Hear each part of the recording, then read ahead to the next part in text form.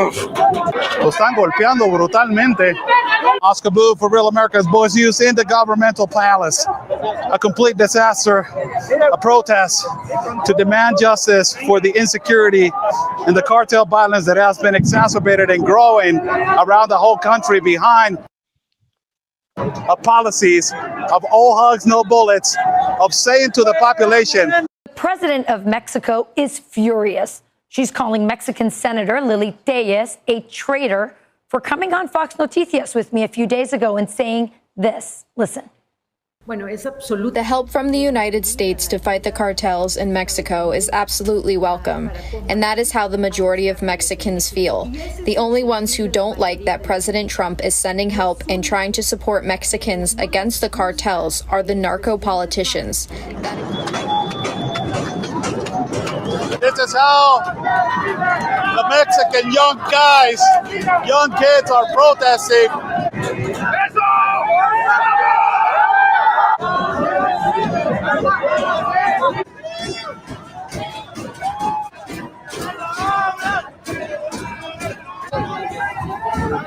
They're shooting.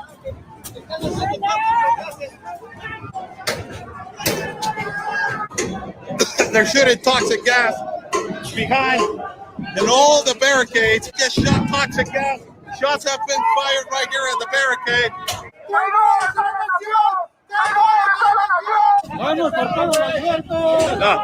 Shot toxic gas again. Wow. So I know a lot of you guys are probably wondering what the heck is going on in Mexico. Well, a whole bunch of Gen Z young patriots in Mexico decided to go to Mexico City and revolt against cartels. And this is coming on the eve of the Mexican president, Claudia Sheinbaum, who is a socialist, who is a leftist.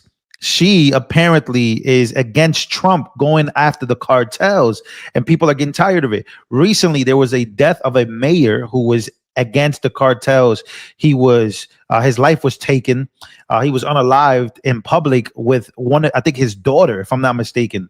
He had a child with him, and this is heartbreaking because a lot of people in Mexico said we've had enough of this. Massive protests breaking out in Mexico City. More than 100 police officers were injured in these violent clashes outside of the National Palace.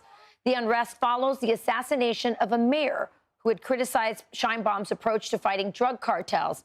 Demonstrators, many of them Gen Z, accused the president of ignoring cartel violence and rejecting U.S. help to combat it. Leonardo Falcon and Ignacio Gonzalez are here. They have a podcast called the Leo and Nacho podcast in Mexico, and we've had them on many times on Fox Noticias. I'll start with you, Leo. Why don't you just explain to the American people what is happening at this moment, because Mexico is in full revolt right now. Yes, ma'am. First of all, good morning to the United States, and good morning to you, Rachel. And what Mexico is currently facing is a national awakening. What we're looking at, what you're probably looking at in the screens, is a protest of the Gen Z movement in Mexico, where there are no parties that they are leading this. It's the youth, it's the Mexican people. It's not about the left, it's not about the right, it's about the Mexican people wanting the best for the country. And we're all together in this protest, we're all together for a better country, and we see it. It's beautiful, it's beautiful. We saw over more than 100,000 people during the streets of Mexico, and it was pretty impressive from our part to see it for the first time, and we were actually there. So we're very happy of the people that showed up in the country and that they are pushing for a change. Nacho, why are the Mexican people so angry at Claudia Sheinbaum, your president? Well, in a country where you have 60 murders and 40 missing people a day, every single day, of course they are shocked. Of course they are shocked. Yeah. We, the youth, are really desperate because we don't see the light. The generations see the teenagers after this horrific situation. We decide to protest. Yes. Not with a flag of any political party, no, because they are killing us. Yes. That's the reality. Okay, so what do you believe that Claudia Sheinbaum is complicit in this? We've had senators on here, Senator Lili Tellez, who bravely said, Mexico is indeed a narco state, and she said that Claudia Sheinbaum and her Morena party, the political party she belongs to, is in business with the cartels. Is that true in your opinion, Leo? Well, when we look at what Nacho just mentioned, when we look at 60 murders, 40 missing people every single day, the narco state of Mexico makes it pretty obvious that there's some things going on behind the curtains in the Mexican government. Yeah. This is sad, but what we look at here in the protest is that there's actually a noticing. There's actually a noticing of all of the Mexican youth, of all of the Mexican families, that they are saying, how can this be happening? And when you have such a big amount of the population mad, upset at what's happening in the country, something's going on. And that's when you have a protest like the one we had yesterday. Yeah, absolutely. And by the way, people should understand, not only was that mayor murdered in public with his wife and his child there, but then a few days later, another mayor was executed. He was actually decapitated, his head placed on the hood of his car. This kind of stuff happens all the time. It's totally normalized in Mexico, and the Mexican people are sick of it. Now, President Trump, Nacho, has said, I'm going to take on the cartels in Venezuela. And of course, they're a transnational network, and that includes the cartels in Mexico. He has gone to Sheinbaum and said, will you help me? But her help appears to be very superficial, not real. What do the Mexican people want, Nacho, especially Generation Z? Because Generation Z is the one who is sort of fueling this protest. In fact, Claudia Sheinbaum printed out the names of all the Gen Z influencers like yourselves who were encouraging people to come out and protest, which is like putting a list out for the cartels. So tell me, do the young people like you want the help from President Trump's administration and from our military? The Generation Z want peace. We don't care if that peace come with American flag in the left arm or the right arm. We don't care. We want peace. The situation we're living in Mexico is crazy. It's crazy, and we have a president who prefers to talk about influencers and content creators instead of fixing the real problem, which is the cartels. Leo said, which is the cartels. Last word, we don't know what the problem is. We all know it. But you know that she the prefers problem to look the other way. Correct. Last word, Leo. Do the Mexican people, does Generation Z Mexicans want President Trump to eradicate the cartels, even if that includes military work, military actions?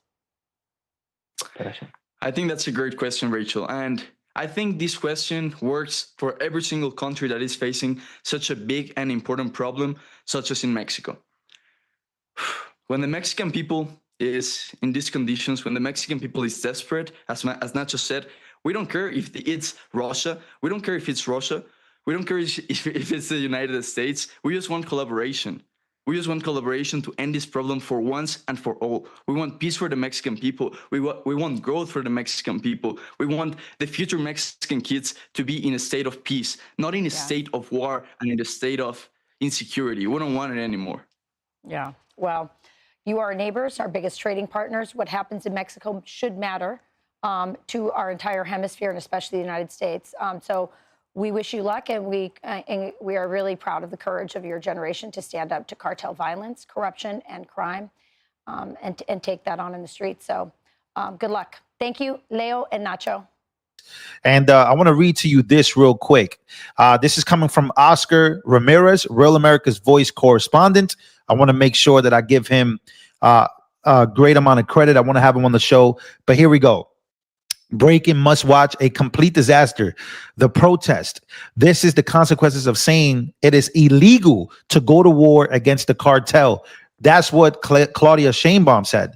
When you say that the people are sick and tired of the country being exacerbated, violence and cartel activity around the country, we are in the front lines the whole time. And I can tell you, of course, like every other protest, they were infiltrated individuals, of course, but a lot of these young kids, they were yelling that they do not want to live in a narco government. So this is the president, the leftist president that all Americans, all liberals, have been praising that she stands up against Trump, that she's the best. We need a president like this. And this is what she says. She says she doesn't want to go to war with the cartels. And the young kids in Mexico are not hearing it. They're shooting toxic gas all over the place. Oscar Blue located right here at the epicenter of the line where the protests keep happening, and they keep shooting toxic gas outside of the barricades from the authorities into the young men like this, that they're protesting and they're demanding justice for the assassination of Carlos Manso. What the hell was that? Ah! See, they keep shooting toxic gas. El hartazgo, look at that. Look what they're shooting. They're shooting to the sky. My God. Shooting what? They just grabbed their hose. They keep shooting toxic gas right here.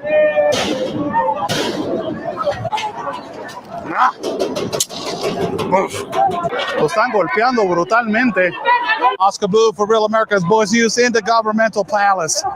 A complete disaster, a protest to demand justice for the insecurity and the cartel violence that has been exacerbated and growing around the whole country behind policies of all hugs, no bullets, of saying to the population, this is what you provoke, from saying to the population that you cannot go to war with the cartels because it is illegal. Wow. So that is, ladies and gentlemen, that gives you a glimpse inside of Mexicans, young Mexicans revolting against their government, that they finally want to be free. So they're all pretty much siding with the fact that Trump. Young people are really focused on housing. They want to get started with the American dream. Of course, you can't bring your new bride home to the group house or the frat house. You don't want to raise a family in a one-room apartment. You don't want to raise kids with 100 strangers in a building, nihilistically renting.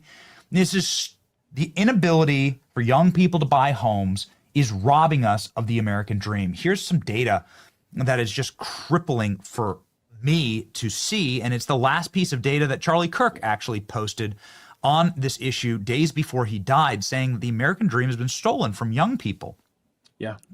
And that young people just aren't able to buy homes or get families started. Now, you talk about giveaways to the college cartel and to universities. The federal government's very much in the business of that, of pushing trillions of dollars of student loans and trillions of dollars to university, but does virtually nothing for housing and for encouraging of young people to get started with housing. This is a crisis. I'm going over solutions with a lot of different parties, but I wanted to talk with you about it. Maybe on a federal level, national level, and then on a Florida level. How would you approach first-time home buying and incentivizing it? Well, look, when it comes to first-time home buying, my solutions are, number one, the cost of permitting to build these homes. We have to build a lot of homes in our country. The solution is not rent control. That's the Democrat playbook. It doesn't work. It only leads to higher prices for everybody. You have to break down the regulatory burden to procure raw materials, to actually build housing. On the federal level, there needs to be NEPA reform to make it easier to build these homes. Two, the regulatory framework about making houses green has only driven up the cost of construction, which drives up the cost of these homes, making it harder for young people to get them, or people on the lower end or the middle end of our economic spectrum to be able to acquire these homes. That's very destructive. Three, on the local level, this is one of the things in my campaign for governor, we are going to overhaul permitting and planning in our state. It can't take you 2 years to put a shovel in the ground to build a home, because that dead time of permitting and government bureaucracy, all that does is add to the cost of building the housing. Four, you got to have parts of any state in the country where you do have some dense housing. That's your entry-level housing, helps people get in the game. You do have to find ways to do that. And I think that when you have people who are saying no more growth, no more construction, what you actually are doing is you're driving up the cost for young people trying to get in the game. But let me get off housing and let me get to something that's really important for young people. Let's talk about jobs. Our K-12 system has failed our young people. If you look at mastery in mathematics, mastery in writing, mastery in reading, Our young people are not graduating high school being economically viable. They are not being prepared in the K-12 system. This is one of the reasons why I support school choice so vehemently, because they're not being prepared in the K-12 system for the economy to come. And then they're coming out and they're graduating and they're wondering why. How come I'm not getting this job? How come I'm not making more money to be able to get in the game on the American dream? We have all the talent, Benny, in America, all the talent we could possibly need. One of our core problems is our educational establishment, teachers unions, bureaucrats. They have failed a generation of young people. So we got an absolute doozy today. And I'm going to have to give you a whole little backstory before we dive into the deep abyss of the Democrat Party, because what we're going to talk about today is something that is very, very serious. And I find it quite interesting. And shout out to everyone that sends me different clips, because that's where this actually came from today. I greatly appreciate you guys. But to give you guys a little bit of backstory on what you are about to witness in this video today, the individual that you are about to hear is a guy by the name of Dick Lamb, or Richard Lamb. He's a former governor of Colorado. He was a governor from, I had to look this up. He was the governor of Colorado from 1975 to 1987. Okay. He served 3 consecutive terms as governor of Colorado. Now, Mark Levin actually aired this on his show in 2014, but the audio clip itself, the clip that you're about to listen to, is originally from 2003. Okay, so we're going way back. We're going back to October 18th of 2003, where Dick Lamb is introducing Victor David Hanson. I'm sure you guys have heard of Victor David Hanson before. And actually, I've shown you guys clips of Victor David Hanson. But Victor David Hanson wrote a book called Mexifornia. Okay, a combination of Mexico and California. And in the book, he talks about how, Democrats plan to destroy America through immigration, right? And how that has absolutely destroyed the state of California, how it's completely transformed it in a negative way. And the way that Dick Lamb introduces Victor David Hanson in Mexifornia is he starts off by telling a story of how he would destroy America. Yeah. How he would destroy America. And I want you guys to take a listen to exactly what he lays out. And you tell me, does it sound familiar? With that being said, let's dive in. I want you to hear, not me reading what Dick Lamb said in October 2003, but I want you to hear what Dick Lamb himself said. I really want you to listen to this. Turn up the volume. And here you have a former governor who really, really gets it. Again, a liberal Democrat. And he calls it my plan to destroy America. My plan to destroy America. And a hat tip to our partner. Yeah, I don't know if I forgot to mention, but Dick Lamb is a Democrat, okay? He's a Democrat. And he's describing something very, very interesting, how he would go about destroying America. Check it out. Is it fair? Who provided this to me, and this has never been played before. Cut 1, go. I would like to share with you my plan to destroy America. If you think, and some do, that America is too smug, too rich, too self-satisfied, not diverse enough, too white bread, I have this plan. Toynbee, said that all great nations rise and they all fall. And he said, and the autopsy of history is all great nations commit suicide. So here's my plan, 8 parts. Number 1, I'd make it a bilingual, bicultural country. History shows us that no bilingual, bicultural country lives at peace with itself. There's not one, I believe, that doesn't exist with an incredible amount of tension and conflict, if not civil war. My second part of my plan would be to invent something called multiculturalism. This would be 2 parts. Number 1, I would say that all cultures are created equal. It would make no difference in make it impossible to talk about such things as culture. And the second one is that I would really try very hard to make people continue their cultural identity. I would replace the melting pot with the salad bowl. My third part of my plan would be to make the fastest growing demographic group in that country the least educated. I would add a second underclass to the first underclass, unassimilated, undereducated, antagonistic, and then I'd have 50% of them drop out of school, not graduate from high school. The fourth part of my plan would be to get the big foundations to fund, and big business to fund these efforts with lots of money. I would invest in ethnic identity and victimology. I would get them to think about their lack of success was only the fault of the majority.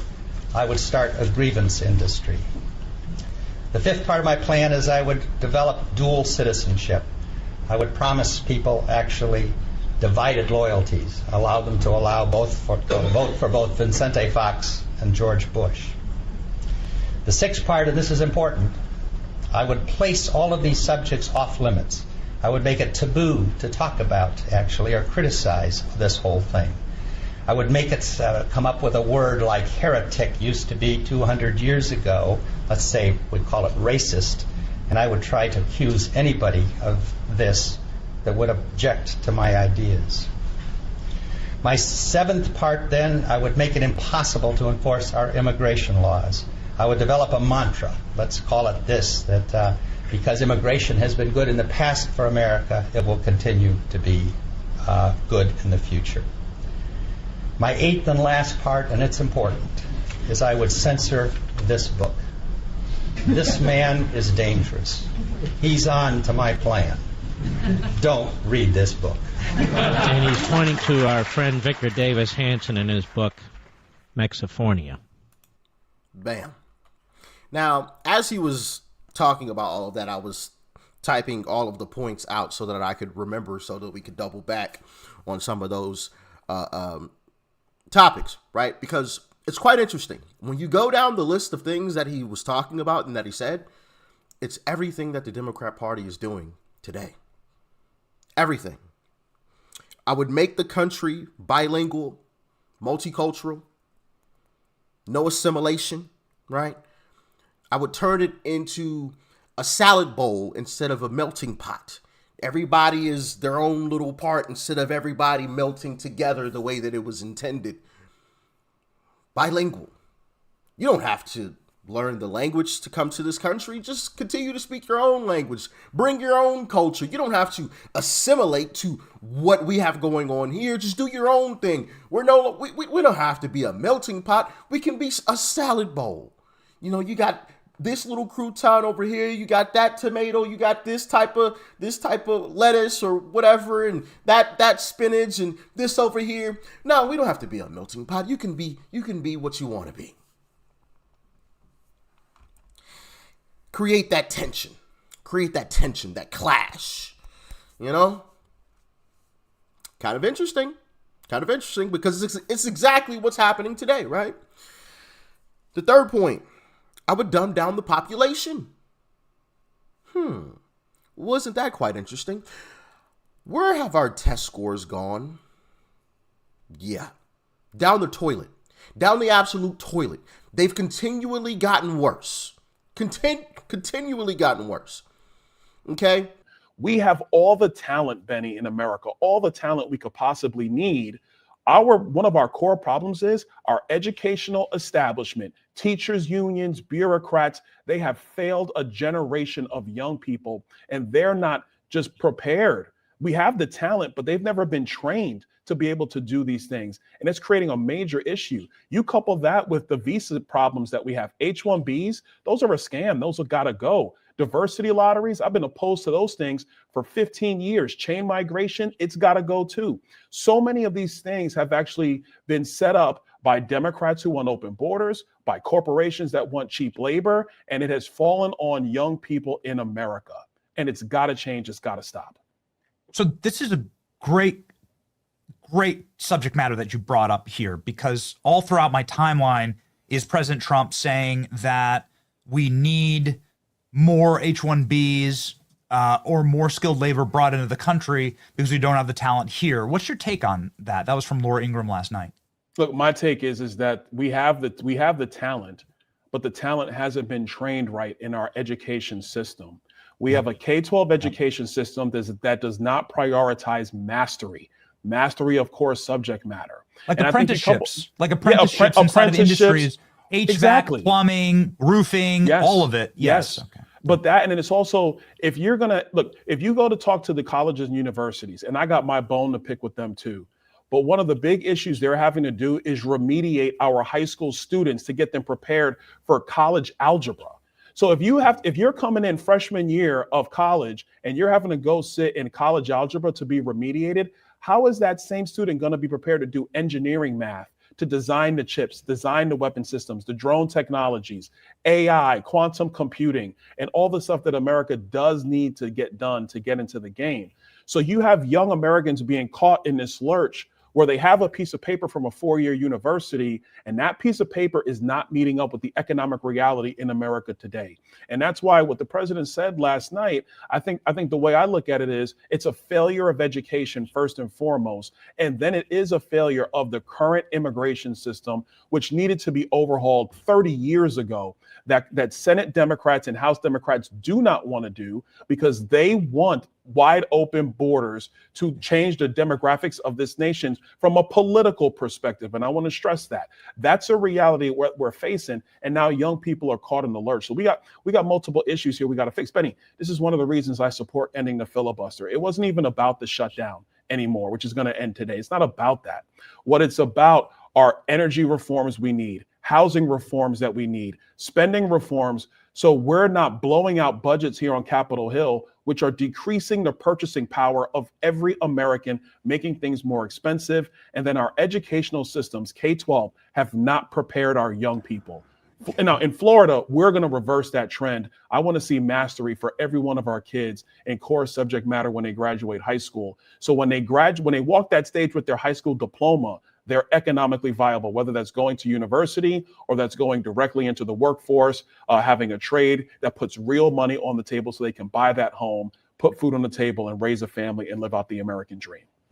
This seems like such a smart tact, because to say that Americans aren't talented enough, we put a dude on the moon, right? Like, it was we created space travel, flight.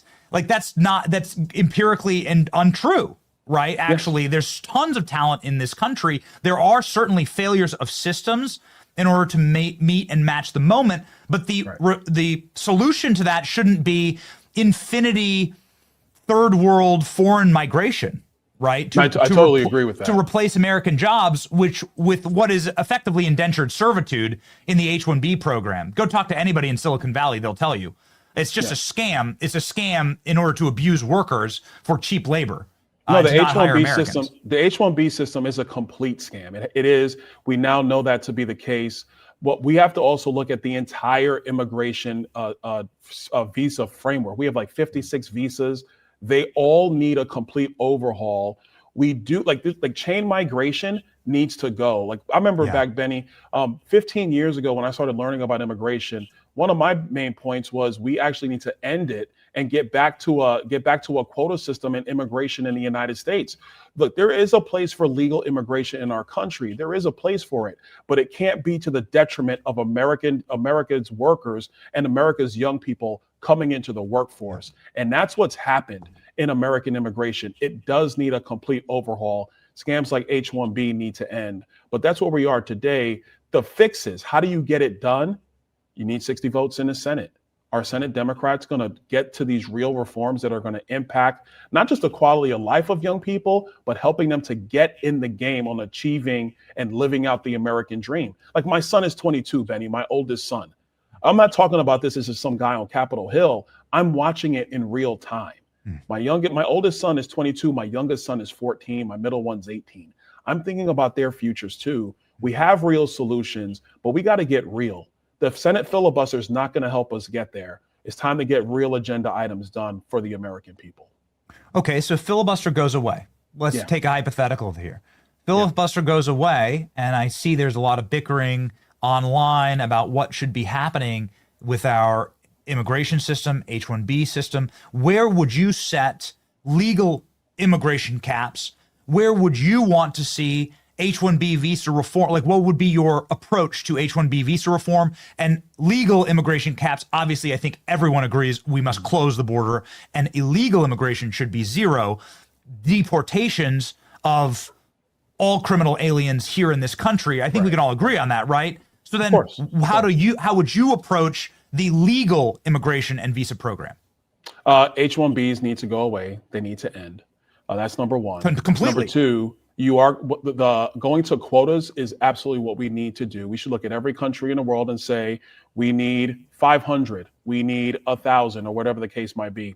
One of the bills that I've filed in previous Congresses, we're going to file it again this Congress, is creating a biometric exit system. The 9/11 Commission, actually, in their report, they said that the United States needs a biometric entry and exit system in visas. We created the entry system. We never created the exit system. So how does the United States even know when somebody who's here on a 3-year visa, a 5-year visa, a 6 months visa, how do we even know when they leave? The truth is we don't. So I think you have to have a quota system coupled with a biometric exit system. So let's take China, let's take Japan, for example. If we give Japan 2,000 visas per year, and then through our biometric exit system, we see that only 700 Japanese returned. We're not going to give you 2,000 the next year. Now you get 1,300, or because you only 700 went. Now you only get the 1,300. You get the difference because those countries have to help us make sure their foreign nationals go back home. I think that's how you set legal immigration into the future. Birthright citizenship, I've always been opposed to it. I think birthright citizenship really is an anathema to the 14th Amendment and to Black slaves, because Black slaves are the ones who truly were here through no fault of their own. The 14th was so that Black slaves could have citizenship in the United States, and we don't need to go down the history on that one. And so birthright citizenship is something that's never really been passed by Congress, It's an interpretation that's just been allowed to persist. So you got to end that one. One of your parents has to be a citizen in order for you to have quote unquote birthright citizenship. Benny, if my wife was pregnant and we were traveling and our kid was born in, let's say, France, the light went out, it's fine. And let's say that our child was born in France, our child wouldn't be a French citizen. They would be a U.S. citizen. France wouldn't recognize that. So those are the things that we have to do there. But it's that and so much more. Guest worker, yeah, there needs to be real reforms in guest worker visas. Are there some seasonal workers that we need in the country? Yes, but there has to be a process where they come in, they do the job, and they go back home. It can't be what we have, where people just come, they overstay their visas, which before Joe Biden let in 15 million illegals, it was visa overstays were the #1 reason for illegal immigration in the United States of America. So the immigration process has to be completely overhauled top to bottom. Those are some of the solutions. There are many, many more. And then when you do that, you're talking about ending the filibuster. Energy policy, we need nuclear power, Benny. We need small modular reactors. We got to get that done. When it comes to procuring raw materials for housing, we have every ability to do that. We shouldn't even be importing it, but we can't be killing ourselves with a outdated regulatory burden that's not helping the American people. There's so many things that have to be fixed, but the Senate filibuster is an albatross to getting that work done. Yep. I just want to ask a follow-up on one point that you made, which is to end H-1B. Yeah. If you do that, then you're going to have to go to corporate America, Silicon Valley, and you're going to have to explain that. Because there are entire industries, swaths of industries that have obscene profits based on their ability to screw over the Native American worker that is just as talented or more talented for infinity foreign workers that probably actually have no talent, but are here to work for cheap, and can enter numbers onto a ledger, and they subsist. These entire industries subsist off of that model, off of an indentured servitude H-1B model that obviously I view as immoral, actually. But you're going to have to explain that. So you're saying end all H-1B visas. What should happen for people that are currently here on an H-1B visa? And what would your explanation to those industries look like? Well, I think first, people who are already here, there's going to have to be a clearinghouse process on that, and that's to be determined how that's going to look. I think for the companies, they need to understand that that immigration is for America. It's not for foreign nationals. It is for America and what America needs, what America workers needs, and really for the vitality of the future of our country. And what's really happened in immigration in the last 60 years in America, this is not even a new phenomena. We're just now dealing with all of the issues of the phenomena. But America immigration over the last 60 years has not been about the American people. It has been about cheap labor for corporations, and it's been about radical open borders for Democrats. And it has not actually been to the priority of the American people. So look, we want companies to come here. We want them to thrive. We want them to flourish, but it can't be to the detriment of the American dream and Americans being able to put food on the table. I mean, that is what the timeline I mean, there's nothing says, else man. to say, Benny. That's it. Ain't nothing else to say. That's it. Yeah, that's exactly right. And you have to ask yourself the question, like, who exactly are these policies benefiting? They sure as hell aren't benefiting the American worker, the American family, home prices, food prices, the capacity to know your neighbors or have a shared or harmonious culture, to be able to speak even the same language as your neighbors. Like these are not the things that these policies benefit. And yeah, J.D. Vance made a lot of news last week, and I was there at the speech at Ole Miss when he said, yeah, I think that maybe we should maybe go back to effectively zero net immigration until we figure things out, until we like cool down as a culture and a society, and let things rest a bit, right? Because there's been such an insane influx, and it's been destabilizing, frankly, to a lot of people. So Benny, real quick to that point, I understand the thought on that and why the vice president's going down that line. I think that the reason why this is being exacerbated to this degree is because of what Joe Biden allowed and Kamala Harris and the Democratic left allowed the last 4 years. For sure. When you let 15 million people illegally come into the country, it overwhelms every system. It overwhelms hospitals. It overwhelms schools. It overwhelms local budgets. It actually depresses labor. It depresses wages in labor at the bottom end of the economic spectrum, directly impacting poor Americans and Americans who are just working hard to try to make ends meet. It impacts housing, because when you have Democrats in these states who are basically giving governmental money, which is money of the American people, to illegals to put them up in hotels and put them up in apartments, that just raises the cost of housing. So all of these things that have occurred the last 4 years are why we're in this situation now. So I think what we do need is we need a cooling off period. I do agree with that. This is why we have to go to a quota system in immigration. I firmly believe that we have to do that. Got to go to a quota system. These visa programs need reform.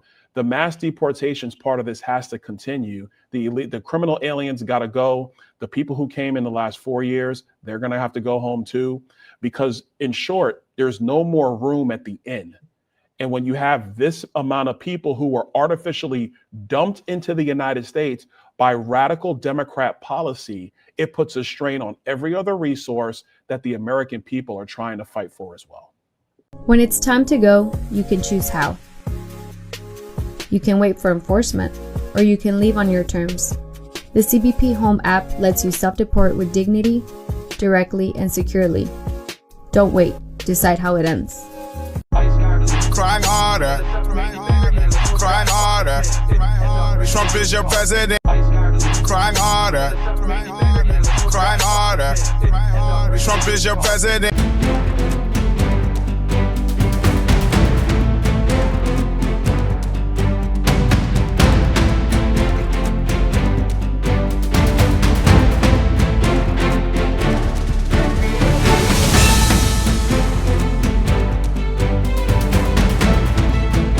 On the 3 unfired casings read, "Hey fascist!" exclamation point, catch exclamation point. Do you think Donald Trump is a fascist? Yes, I do.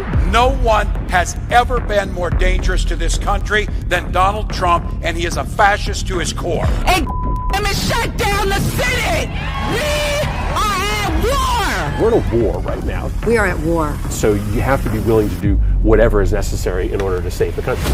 And that's why the gloves are off. Donald Trump and the MAGA Republicans represent an extremism that threatens the very foundations of our republic. And yes, there are many threats to democracy. We see it with these extreme candidates. I just don't even know why there aren't uprisings all over the country, and maybe there will be. You can only push people so far, and then they start to take matters into their own hands. What the American public want is for us to bring actual weapons to this bar fight. This is an actual fight. You know, this is literally call to arms. The MAGA movement is a threat. But Michelle says that, when they go low, we go high. No. With all due respect, if they go low, we don't go high. When they go low, we kick them. We take them to the mud and choke them out. And make sure that they stay down. And you know what? Kick them when they're down, because they deserve it. Get up in the face of some Congress people. We are going to be in your face. We are going to be on your...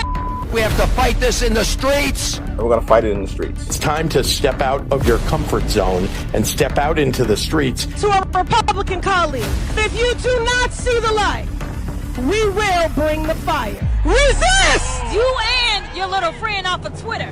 Y'all about to find out. And if you see anybody from that cabinet in a restaurant, in a department store, at a gasoline station, you get out and you create a crowd.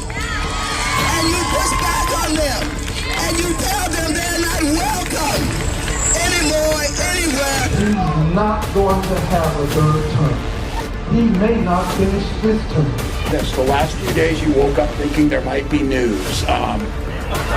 Just saying. Just saying. There will be news sometime. Just so you know, there will be news.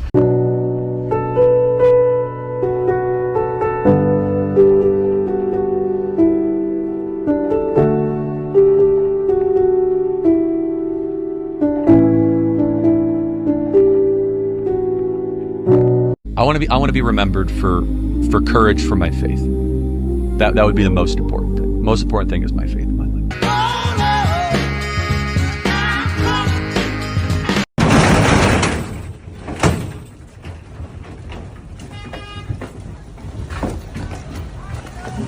But if you're not happy in the U.S., if you're complaining all the time, very simply, you can leave. You can leave right now. Come back if you want. Don't come back. It's okay too. But if you're not happy, you can leave.